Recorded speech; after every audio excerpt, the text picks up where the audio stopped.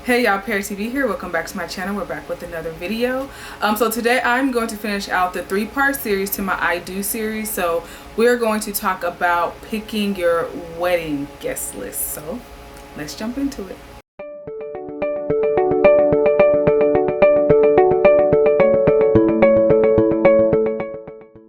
Okay, so for starters, make sure that you are picking people that bring positive energy to your life, that have always supported your relationship, people that you know that are going to pray for you and have the best interest in your relationship. So that doesn't mean that just because it's a family member or a friend that you've known for years that they automatically get an invite into your wedding, because that's not the case. Just because it's been a family member or a friend does not mean that they've always had positivity towards your relationship and good intent towards your relationship. So if it's not that type of person, just go ahead and don't invite them, because you don't need that kind of energy during your big day. Now another thing is, there are going to be some people that you cannot avoid.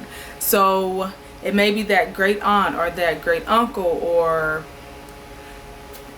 sisters, brothers, whoever. There are some people that you may not be too fond of, whether it's in your family or his family, that you probably really don't want to invite, but you just can't avoid it, because it is disrespectful if you do not actually invite them to your wedding. So keep in mind, there are going to be some people that you just do not want to deal with, but you have to invite them, just because, you know, some people, it's just like, you just be dead wrong if you just don't invite that person, you know.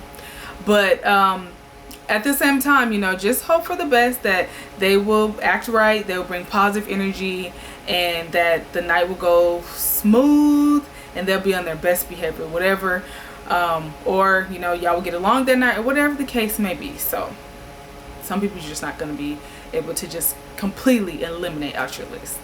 Sorry. Now along with that is, like I said, everyone will not make the cut to your wedding. So don't let people invite themselves to your wedding. So when people are like, you could just be generally talking to like a coworker, a friend, or something like that, and they could say, oh, I better get an invite. No. Your guest list may be set, and if you have room, wiggle room to invite extra people, go ahead and do that. But don't let people invite themselves to your wedding. And when they do that, don't feel obligated, don't feel bad, don't feel like you have to make room to make them fit or anything like that. Because if they weren't thought about at the beginning, then they probably aren't that important to make that accommodation. Because keep in mind, you do pay for every person when you're, you know, doing a venue, like I had talked about previously. But don't feel obligated to invite everyone, because you'll look up and you'll be paying for extra 50 to 100 people to come to your wedding, because everyone's like calling you, oh, why didn't I get an invite, or I heard you're getting married, or I better be on the list, and stuff like that. So, you know, make it very clear, you know, if you're doing something small, intimate, and, you know, don't take it personal, you know what I mean? Weddings are very expensive, and it's just that reality is, some people are just not going to make the cut. It doesn't mean that I have an issue with you. It doesn't mean that I don't like you or anything like that. It's just that you really have to decipher on who you want to be there, because it's a very intimate, special night, and like I said, everyone's just not going to make it. Some people are also going to fall off the list. So you may have 10 people who fall off, 20 people who fall off. Don't go searching for 20 to 10 people to fill in that list, because you still want your list to be meaningful. You want it to be true to, you know, like I said, the positivity in the room that night, because you may just invite that one negative Nancy who could turn your special day into a nightmare. So make sure that, you know, you stick to a solid foundation of the type of people you want to attend your wedding. Also with that, I know that we allow people to have plus ones, but that was it. You couldn't say, I'm bringing one person and show up with extra 5 people. It doesn't work like that. So if you're allowing people to have a plus one, make sure they have a plus 1, not a plus 5, not a plus 3, none of that. They need to bring who they say they're bringing, and let that be, make yourself very clear. Stand firm in that, because people will try to invite extra people, y'all. You got a cousin, you got a aunt that want to come, you got whoever. No, they weren't on the list. I said you can bring a +1. So out of all those people, extras, you better find one person to bring, because that's what I have you down for. I know for mine, I did not allow children either, because you do have to pay for kids, and only kids that were allowed were the kids that were actually in my wedding, which was all of my nieces and nephews.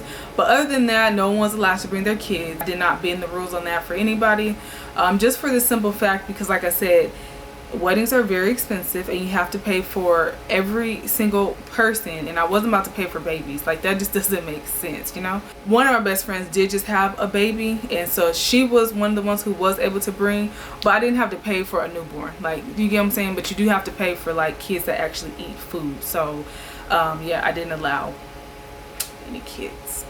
You want this night to be meaningful. You want to be surrounded with people who love you and cherish you and your spouse, that generally have your best interest.